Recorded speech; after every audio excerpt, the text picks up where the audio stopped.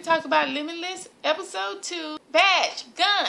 And we see that Brian is now working for the FBI. He thought he was going to get a gun and he was going to get a badge. He was going to run out there and take down the bad guys. But he's stuck in a room learning Farsi.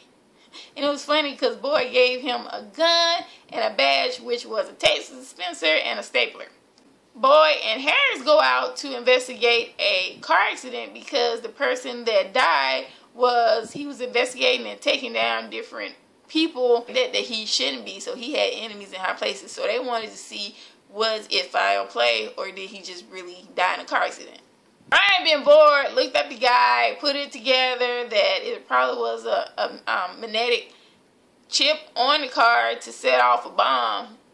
Harris already figured out he wanted to make a model bomb for them so they'll know what they're looking for. It's like when you're on the drug, which lasts for 12 hours, you cannot leave the building. He make an escape route anyway and leave and go find materials to build a bomb, which did help them. Boyd put it together that a bomber named Taurus never was caught, had the same MO. I guess bomb makers have the same signature when they make bombs, which is crazy because then you'd be caught.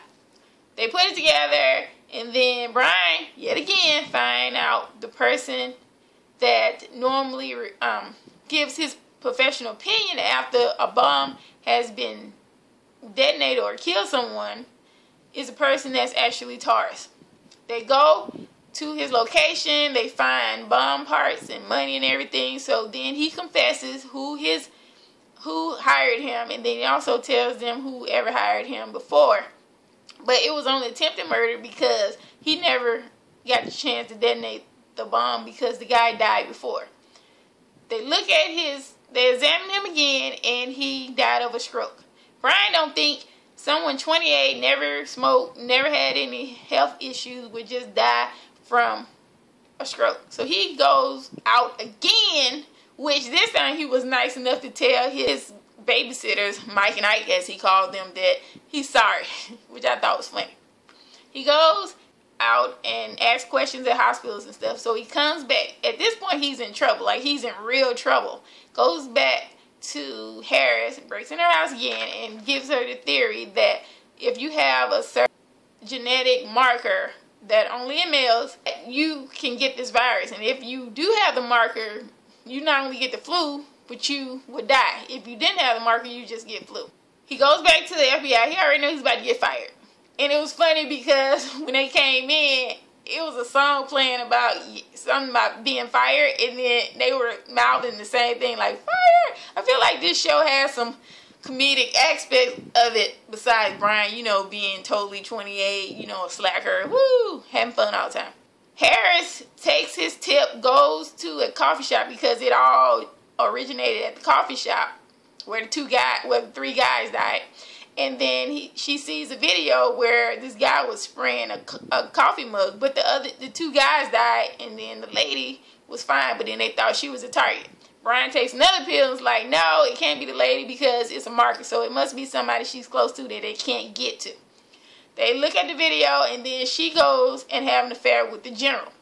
They find the general, and he's having a stroke, but they were able to save him because they got there before time. Then they go to a biolab, which I'm not sure how they got there, but they went to the biolab. I guess he had research in that, and they told him, they accused him basically of it and everything. And the reason why, because the general was on a board to decide if they were going to decrease bioweapons funding, and if it do, it affects him because that's his only employer.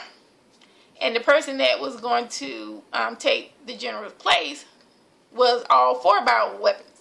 So the guy was like, you ain't got nothing, you need to leave and stuff like that. Brian had plenty of temp jobs and everything. He know how people are. He knew that his workers hated the boss. So he goes in, when he was like, take me in and stuff like that. She's like, what?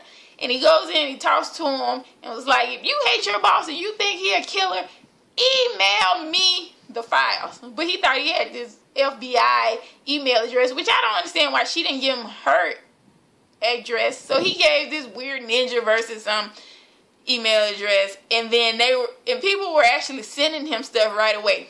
The CEO, I think his name was Miles, he confessed to it, and then they saved the day.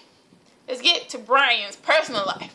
So Brian tells his family he's working for the FBI. He can't really tell them exactly what's going on, but he tells them he works for the FBI, and his dad is proud and everything. His dad was having trouble getting a nurse. He wanted a nurse after he had surgery. Well, he seemed kind of fine to have a nurse, but he wanted a nurse, and the insurance was having a problem. Brian been on his pills, went there to talk to him, and they agreed to it. Brian goes to a dinner at the house when he still was on the drug, and he was giving advice left and right. That's what he do when he on the drug. And then he played trivia, which he should have scaled it back some, but he was answering every question. It's like, of course they're gonna be like, what is wrong with you? You're like a slacker and totally don't know nothing on this side, and then now you know everything. His dad was like, what is going on? Is this having to do with the drug? Because when in the pilot, they went to his parents to tell him about it, and they mentioned about the drug. So it's like, this is about the drug, and his dad is so nice and everything. He's like, I know something's going on, and I'm not gonna play along with it. So tell me. In a nice way, he was like, I know you ain't that smart. So what's going on? During the time, twice he tried to look up the senator, but he put the senator name plus NZT on there, and the system would just crash. He really hated that he had to lie to his daddy. So Harris was like, why don't you hire your dad so he can lower your client privilege? So that's what he did. And he goes to the house. As soon as I was like, he got his nurse, I was like, it's the same lady. And I was right. It was the same lady that gave him the shot. She was threatening him like, as long as you do what you're supposed to do, you don't worry about it. My whole thing was, I thought he told him not to tell about the shots, because the FBI already know about the drug. So if he told him he was on a drug that just enhanced his mind, I didn't think that was necessarily wrong. Because, like I said, the FBI already knew about it. It's not like it's a total secret. I don't know, but he kept his mouth shut. I understand that. Oh, let me forget.